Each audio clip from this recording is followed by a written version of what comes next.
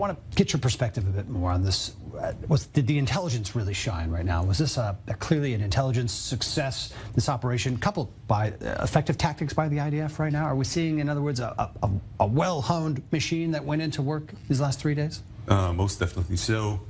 I think Gaza is covered well by the intelligence, and we won't go into details, but the actual fact that the targeting was so precise, such that there were actually hardly any collateral damage, and the collateral damage that did take place was apparently due to a failure of one of the rockets to go over the border, as far as they're concerned, and hit some civilians, even children.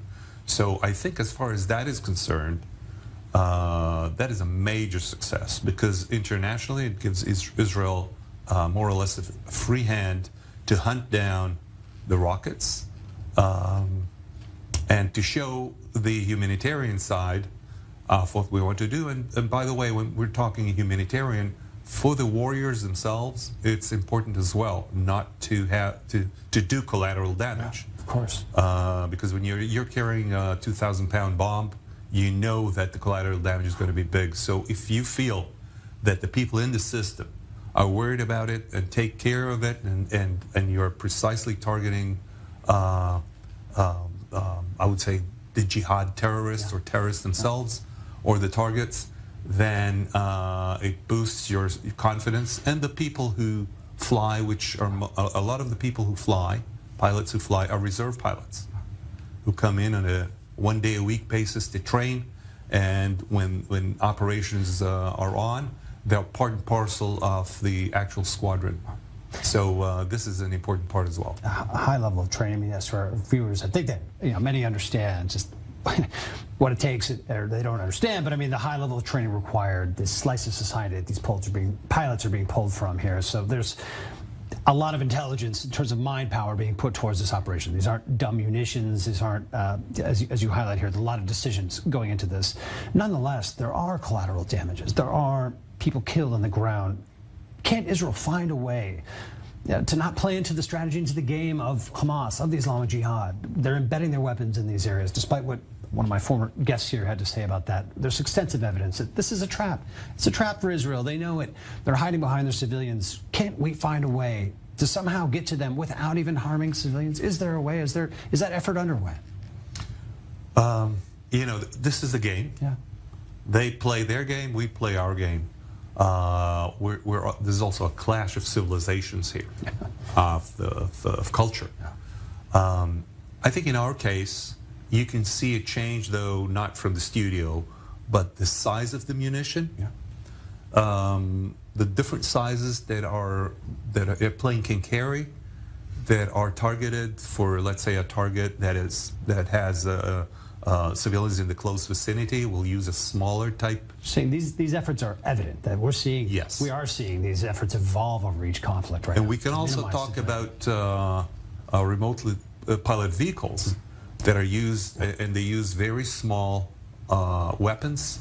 They're there for hours. They can see everything that's moving there. So the information, it's not just a pilot coming for 5 minutes, choosing the target, but there's a camera there for, let's say, an hour, 2 hours, or even more, and you can actually see movements, and that makes the information, the intelligence, and the weapon system delivery actually be this almost the same person, or sitting side by side. This is what's happening here. This is what's happening there. It's recently revealed, or at least admitted to, that yes, these armed drones are an active part of the IDF arsenal. Is this the future? Is this the way that we're going to see more and more strikes carried out, as utilizing these unmanned platforms? Yes, I think the most dramatic part took place last year in the war between Armenia and Azerbaijan, where the Azerbaijanis had been using Turkish drones and completely taking out the Armenian forces. That opened the door to seeing a lot more of these in the conflict between Russia and the Ukraine, and obviously we've been doing this for many years. So this is the future. The future is also in small, I would say, quadcopters. Wow. Okay. And such. Extremely small drones. Yeah. Yes, and that will enable, you can take it from either side, targeting of a certain person within an area and not hit the people around it. So this is probably the future. It's a little bit of science fiction on the one hand, but it will. Israel has a way of turning that into battlefield reality. Yeah. What's your take on the initiative that Israel took in this round of fighting? That it seemed, or at least by all outward appearances, Israel struck first, and that's been used to vilify Israel. Looking at this conflict, oh, aggressive. This Israel took it to the aggressive action on Gaza, unwarranted. On the other hand, it appears it really played out on the battlefield in a different way, taking the initiative like this. What's your take on that first strike option that Israel took this time? Well, under the table, there is a conflict where the Hamas and Islamic Jihad are trying to move and connect between the West Bank, Judea and Samaria, and what happens in Gaza. So, and as the days of Abbas are getting closer to the end, there will be a lot of infighting on who's boss, so to speak. So as they put pressure on the West Bank, and as Israel, in this particular case, took some terrorists and arrested some terrorists, then they would like to make that connection, and that's why they have actually opted to take action on the border that we saw, that actually Israel held the area as a closed zone for 3 days. That allowed us to actually prepare, but also to minimize the damage because of the ability to focus on the intelligence of what is happening and know exactly where those terrorists are, because they came out in the open. Pick those right moments. Yes. So I would say that it's just an undercover war that's coming into being rather than a surprise. How's it strike you, Israel releasing this footage, the aerial footage, saying, hey, showing how there were children here, we held off on airstrikes? Is that a risk? Does that reveal some operational data to the enemy? Is there a risk there? Or what do you say about that? Those revelations made to the public right now? Well, that it's not new. It's been shown before. Not only that, but the phone calls to people, evacuate because we're going to bomb this area.